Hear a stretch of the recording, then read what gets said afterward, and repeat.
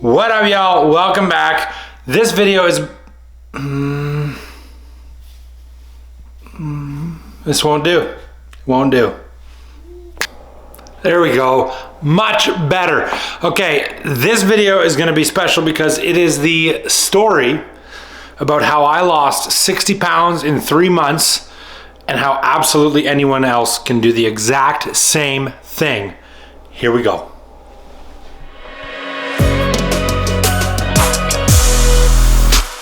I was trying to figure out where this story starts. I was going to say January 18th, 2021, because that's where I want this story to start.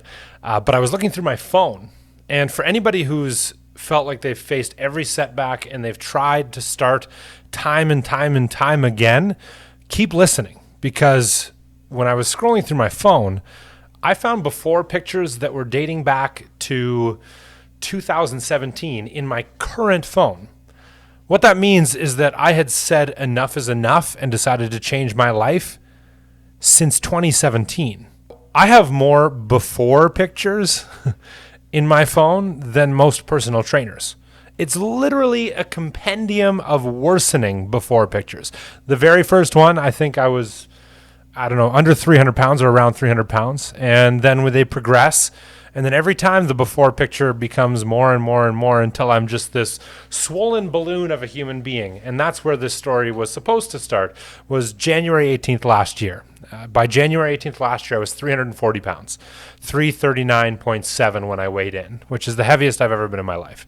I was single, I was anxious as hell, crippling debt, and 34 years old, and no idea what to do to fix it all. So that was it. I said, enough is enough. I read Can't Hurt Me by David Goggins. I read Jocko Willink's Extreme Ownership, and I digested about every motivational video you can find on YouTube. I made the decision that excuses were not my thing anymore. I was where I was because of a series of small events that just compounded over those 4 years. They were small decisions, is what I had to realize. Now remember, choosing not to improve your life is making a choice. Anytime you choose not to do something, you're choosing to do the other thing. So January 19th, 2021, let's go back there. I started 75 Hard. If you're unfamiliar with 75 Hard, it's a program that's literally built for people like me. I'll give you the quick summary. You got to work out twice a day for 45 minutes each. One of those workouts has to be outside. You have to drink a minimum a gallon of water every single day.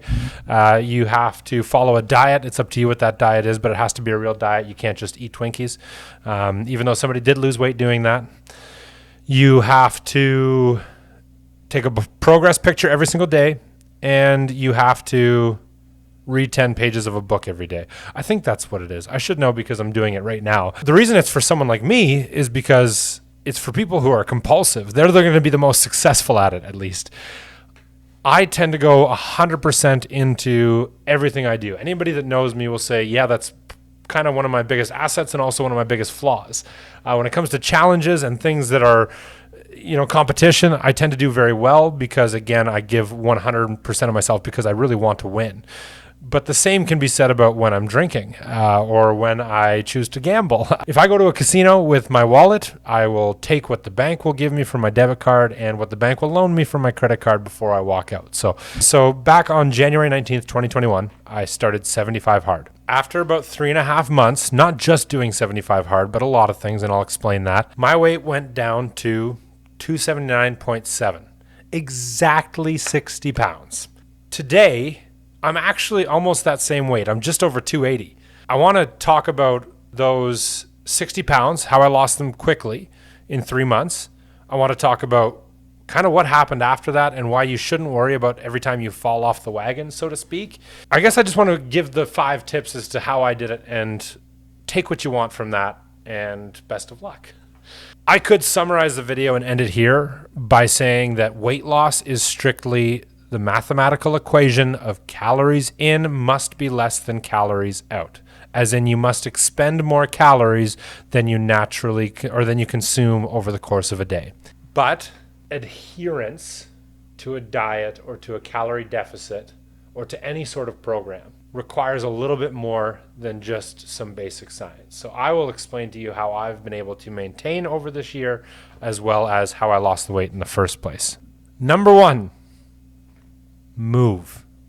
I have a sedentary job. I work at a desk 60 hours a week. Because of that, I get 3,000 to 4,000 steps a day naturally. I strongly recommend for anybody who's starting this out, this was the first thing I did and I did it every day, is just to get 10,000 more steps than you do normally. You don't have to sprint. You don't have to run.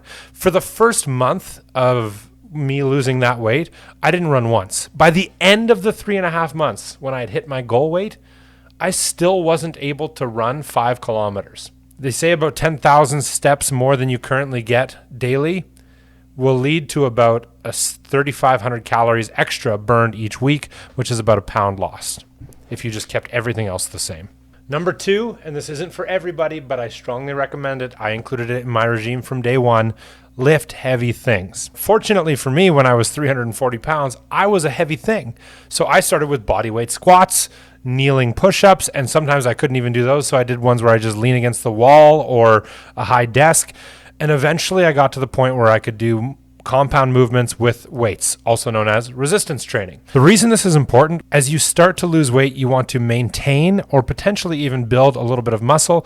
The more lean muscle mass you have in your body, the more that your resting metabolic rate, or RMR, or BMR, basal metabolic rate, increases. Again, you can start with your own body weight and start with body weight exercises, but you do want to get eventually into more resistance training. It makes it a lot easier to re-lose the weight if you gain it back if you have more muscle mass. Number three, and this is the biggest one I can give to you because you don't have to do it forever. Track your food and weigh in once per week. When you weigh in once per week, do it under the same conditions. So if you normally weigh in, and when you're weighing in, it's Monday morning, you just went to the bathroom, you haven't had anything to eat or drink, do that same routine every Monday when you weigh in. You want that consistency. You don't have to weigh in every day and get obsessive about it because your body weight can fluctuate a ton.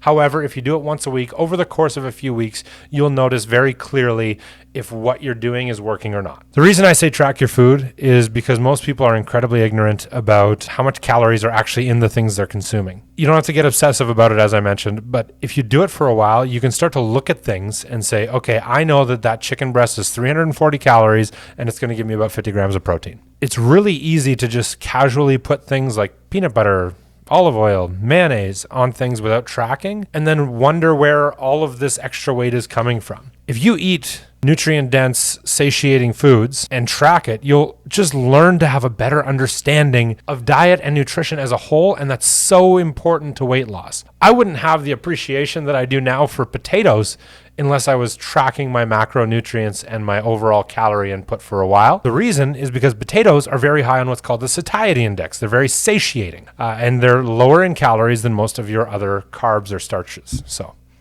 potatoes, y'all, get after it. 3A, this is kind of a caveat to point 3, trust in more than the scale. This shirt, for example, is loose on me. When I bought this shirt, I wasn't able to wear it. And the scales only changed by 4 pounds. So that's something really important to remember, is that sometimes the scale won't move. Last week, for example, I lost 0.5 pounds.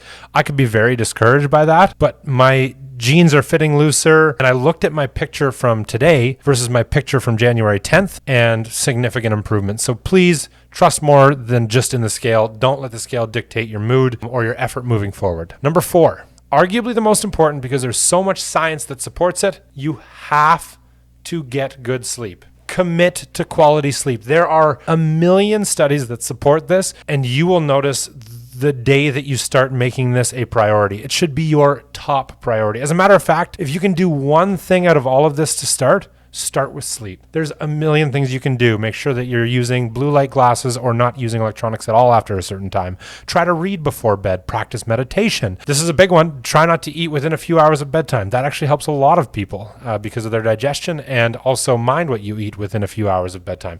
Don't consume caffeine afternoon. As you can tell by my energy level, I'm absolutely hooped on that one today. It's so much easier to give in to temptation and to forego what you know you need to do if you're tired. 20% of the calories you consume are used for fueling this. So consume good calories. It's easier to do that if you get good sleep. Number 5, while I said number 4, the sleep was the most important, this one is my favorite. This one is more than just about weight loss. This is a life lesson. Embrace being uncomfortable. There is a YouTube channel called Yes Theory. I highly recommend checking them out. They're very entertaining. Their slogan is seek discomfort, and I think that is so incredibly important. Now, I read a book recently called Spark, and in that book, it talks about the cardiovascular impact on your brain. It touches on the concept of resilience, I think without actually saying the word resilience. Basically, it's saying that your brain is much like a muscle in that if you expose it to acute, brief, intense stress, it will grow. Much like a muscle. That's what we're doing when we're lifting weights, is we're exposing our muscles to acute, brief, intense stress. They tear and then they repair bigger. And there's a similar theory for the brain. I think it's so important that you have to understand that none of this is easy. For me, I can say I genuinely spent over a decade not doing anything to support my health and well-being. I can't expect that to turn around overnight, in 90 days, even in a year. I'm nowhere near where I want to be, but I'm on the right path and I understand that now. And I know that the harder I push myself and the more uncomfortable I get, the more progress I'll see and the happier I'll be. Number 6, this is the last piece of advice on how I lost the 60 pounds. Just start. Take that list of 5 items, move, lift heavy things, get proper sleep, track your macros and weigh yourself daily, get uncomfortable. Take any one of those 5 things and just do it.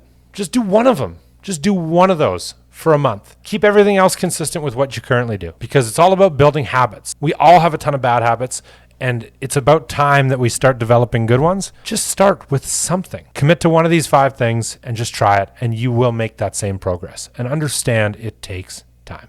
The last thing I want to touch on is this. This is the 7 months after my initial weight loss. You'll notice I go up and down and up and down and up and down. That's okay. You're bound to hit these road bumps. If you remember earlier in the video, I told you that I wasn't able to run 5 kilometers at the end of 3.5 months of losing weight. Well, even with this up and down and up and down and up and down, I just started exercising again on January 10th. The last time I went for a run before that was mid-November. As of January 17th, I ran 5 kilometers in under 40 minutes. The point is, your body has muscle memory, and if you work towards this, even if you fall off the wagon, that progress that you made doesn't disappear. That progress that you made will be easier and help you in getting back there again. So my point stands, just start, and I will see you all at the finish line this year, baby. Like, comment, and subscribe.